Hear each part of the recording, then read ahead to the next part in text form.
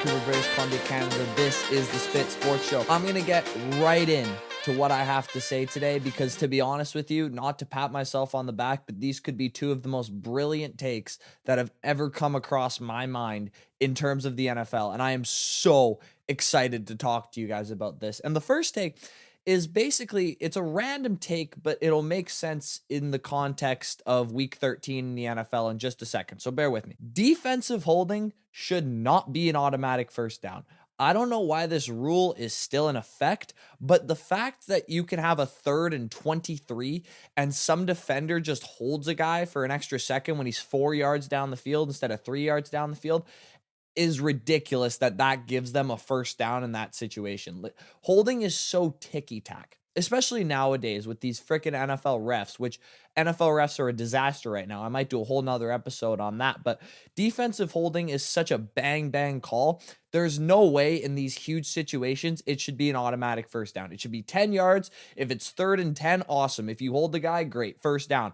But if you're in like some 3rd and crazy situation and it's a hold, that should not give them an automatic first down. Just look at the Super Bowl. Everyone was up in arms about how that ended with the holding call on Juju Smith-Schuster. That would have been negated. There would have been another 3rd down after that, which would have made it more exciting and hopefully you get what I mean. So how does this relate to the recency of the NFL? Well, first of all, that's a take I've had for a while, but it reared its ugly head in the Jacksonville Texans game where Lawrence got severely outplayed by CJ Stroud throughout the entire game. And I'm going to lay out point by point why he did in just a second. But I want to start out big drive in the 3rd quarter. Lawrence gets into the red zone. He threw back-to-back bad passes. These weren't like missed reads or a bad play call or he got pressured quickly. He had time and he had guys open and he threw 2 bad passes on 2nd and 3rd down. They should have been forced to kick a field goal. But because NFL refereeing is the worst it's ever been and these holding calls are automatic first downs, he got bailed out by the most ticky-tack holding call I may have ever seen in NFL history. He grabbed him for maybe a split second. And yet, because the rule is what it is, it's an automatic first down. They get it 1st and goal at the 1-yard line and punch it in easily. So that rule needs to be changed for a multitude of reasons, but that reared its ugly head because I think it bailed Lawrence out. That drive was huge. I think that drive bailed Lawrence out of having some wild criticism against him this week because Stroud outplayed him. Like, overall, the stat lines are quite similar. Stroud had a couple more yards. Lawrence had another touchdown, blah, blah, blah. But let's go to the end of the game because this game was 23-20, end of the game, right? So Lawrence, with 3 minutes left, has a huge 3rd and 7. Probably would ice the game if he gets this first down. It would definitely at least get them in field goal range and force the Texans to go for a touchdown instead of a tying field goal. He has Zay Jones open on a go route. Listen, it was not wide open. It was definitely tight, but he definitely had a step, and Zay Jones can run a bit. Lawrence threw it underneath him. He underthrew him. And because of that, Jones had to adjust, try to jump over the corner, and he stepped out of bounds on that play. If Lawrence drops that in the bucket or leads him a bit more, that's probably a touchdown. If it definitely puts them in field goal range, which again, completely changes the Texans' next drive, but he misses it. Jags are forced to punt. Stroud gets the ball with just over 2 minutes left, 2 timeouts. Bad execution on a screen pass put Stroud in an early 2nd and 25, but he got out of it with 2 brilliant throws over the middle and one a little flip out. For a young player, he is so good at taking what the defense gives him. That's a whole nother thing, but he was phenomenal yesterday at just taking the checkdowns, not forcing the issue, any of that. He was spectacular yesterday at just playing winning football, which is so hard for a young quarterback typically. Next series of plays, he gets insta-sacked on a first down. He had no chance. Josh Allen got there quick, brought him down by the horse collar, which is legal in the pocket for some reason. Got him in a 2nd and 18. Check down over the middle like he does, got him in decent position for a 3rd and 12. He was in 2nd and 18, got them into a 3rd and 12, and he almost made the play of his life. He avoided 4.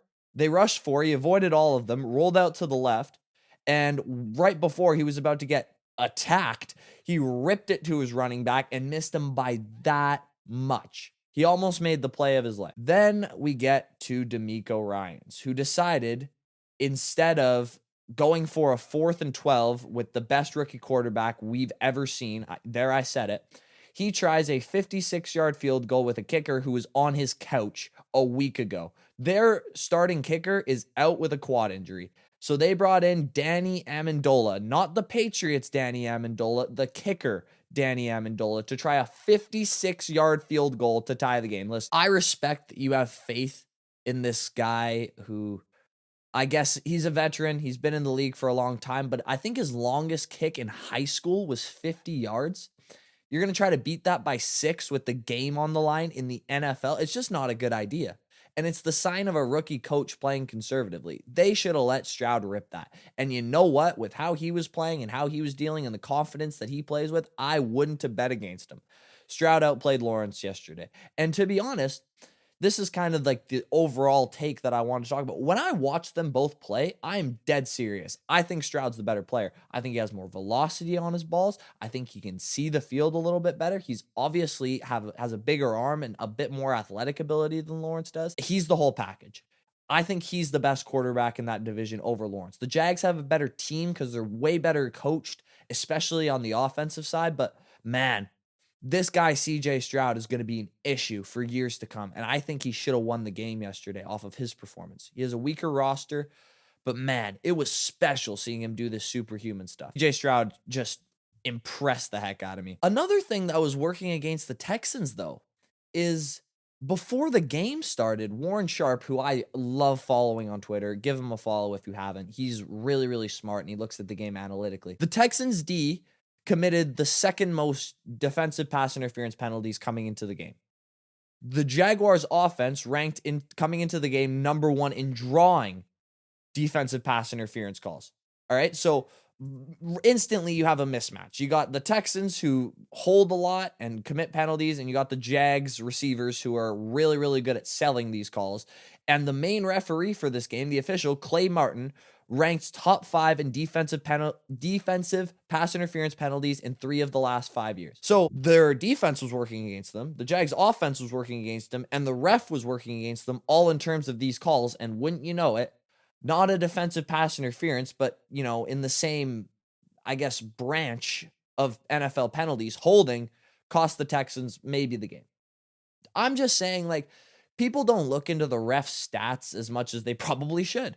The ref coming into this game was obviously going to side with the Jaguars on these big plays, because everybody knows the big penalties in football: defensive holding, defensive pass interference, kind of offensive holding because it puts you back 10 yards, but it's not as bad because, you know, it's not an automatic first down. Coming into this game, the Texans were at a disadvantage and they still should have won the game. I'm super impressed by the Texans, and I hope they make the playoffs over the Steelers and the Broncos because they're just so much more fun to watch. And as I come back to a lot, the NFL is an entertainment product, and I want to be entertained by the Houston Texans in the AFC playoffs when they start. Oh my gosh, imagine them versus the Chiefs in the first round.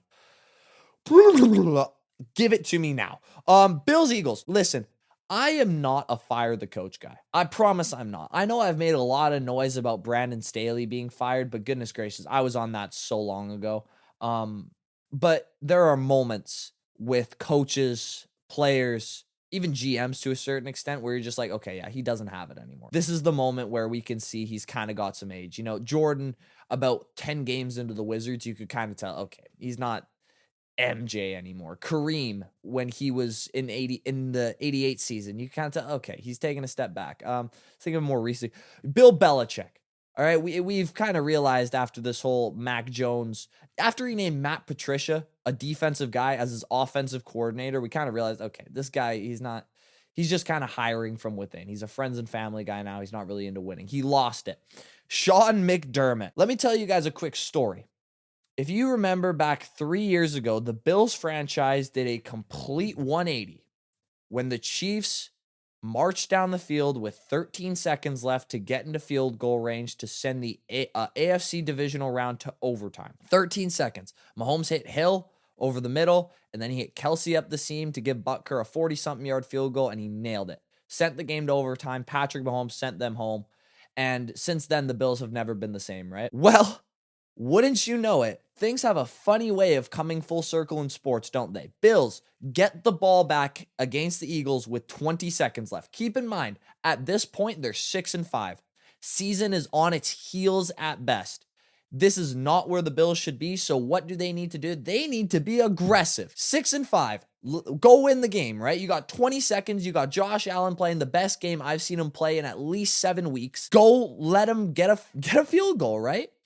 Against a 10-1 Philadelphia team who, let's be honest, was reeling for most of the game. I know they got their mojo back in the fourth, but this is the time where you put your foot down and say, let's go. They took a knee. Sean McDermott didn't have enough trust in his superstar quarterback, who was playing one of the best games of his life, to get 40 yards in 20 seconds when the Chiefs got 55 in 13. Listen, I know this probably wasn't what was going through his mind at the time. What was probably going through his mind is, if we turn the ball over, their kicker just made a 58-yarder and, it could turn quickly for us and we just want to make sure we play for overtime. That's cool and all, but everybody knew that they weren't going to win in overtime. The way that Philly had stormed back, they had all the momentum, all of it. It's kind of like when you score and you want to go for a 2-point conversion for the kill, when if you play for overtime, the other team's probably going to win. You just go for the kill. The Bills needed to go for the kill, and their defensive, conservative head coach just decided to say, nah, let's put the brakes on it, take a knee, and play for overtime, which worked out exactly how you thought it would. Jalen Hurts made a better play than Josh Allen could in overtime, and Eagles won the game and went to 11-1. More props to them, but my goodness. Sean McDermott, this was the call that ended it all for me. Brandon Staley, it was that 27-point collapse. No, it was the year before that win and get in game against the Raiders. That was 2021? That's when I called for Brandon Staley to be fired. This is the time I call for Sean McDermott to be fired. Have you seen a guy play better when he's on his A game than Josh Allen? I don't think I have. I heard someone say he's Cam Newton and John Elway in a blender when he's at his best, and I don't disagree. He runs like Cam does with the power and accuracy and just the overall pocket presence that Elway had. And he's so hard to bring down. He's got a bit of Big Ben in him too. And you wouldn't let him drive for a field goal, tie game with 20 seconds left, when the whole thing that turned your franchise into a downward spiral happened with 13 seconds left in this exact same situation. I get that the Chiefs were down in that game and the Eagles game was tied, but the principle remains the same. You have to go for the kill shot. You have to be the aggressor, especially when your season is on its heels like that. All it's saying is I don't have faith in my superstar quarterback, who is the only reason we're 6-5. If Josh Allen isn't on the Bills right now and you replace him with someone like, I don't know, who's like a Geno Smith, just like an average quarterback, I guarantee you the Bills have about 4 wins right now, if that. Just a baffling coaching decision, and it's just sad. And a fun thing, McDermott's a defensive guy. Every single division leader right now in the NFL has an offensive head coach, except for the Ravens. Harbaugh comes from special teams, but everyone else, offense, and not a single defensive coach. The top 8 favorites for the Super Bowl, all of them have offensive coaches, except for the Bills at number 9, who have a defensive coach and probably won't make the playoffs. I don't even know how the Bills are number 9 for Super Bowl favorites right now. This is courtesy of Bet365. They're not making the playoffs. It could have been huge for the Bills if they won this game. It really could have. 7-5 is so much better than 6-6, and you just knocked off a 1-loss team. Story of this week could be totally different for the Bills. The story of this season could be totally different for the Bills. Their future could have been different if they just went for it with 20 seconds left. Instead, their defensive head coach played conservative. He has to go. Who do they bring in? I'm not kidding when you say, hey, New York, what will it take to get Brian Daboll? Like, why not him as the head coach? He clearly still has a lot of love for Josh Allen. He does not have a lot of love for Sean McDermott. If he's gone, why wouldn't he want to replace him? It's definitely a better job than the Giants right now, where they're stuck with Daniel Jones for another 4 years. Paid him the big buck. I don't know. Go Kellen Moore, Ben Johnson. There's so many candidates out there that I think would do a much better job for the Bills than Sean McDermott would. This is the moment where I say this guy needs to lose his job. And it's sad, but it's true. Anyways, thank you guys so much, as always, for listening to the Spit Sports Show. I'm sorry if I sounded angry or passionate. I hope I sounded passionate today. I genuinely feel like CJ Stroud is better than Trevor Lawrence, and I genuinely feel like Sean McDermott is holding the Bills back. I feel passionate about this stuff, and I hope you felt that too. As always, thank you all so much for listening. I want to know, what do you guys think is the Bills' future? Do they have to rebuild? Obviously, they're holding on to Allen, but their defensive personnel, their coaching staff, do they have to rebuild? Who's better? CJ Stroud or Trevor Lawrence? What do you guys think? As always, I want to know. Thank you all so much for watching and listening to the Spit Sports Show. I appreciate it every single day. And as always, I will see you in the next one. Peace out.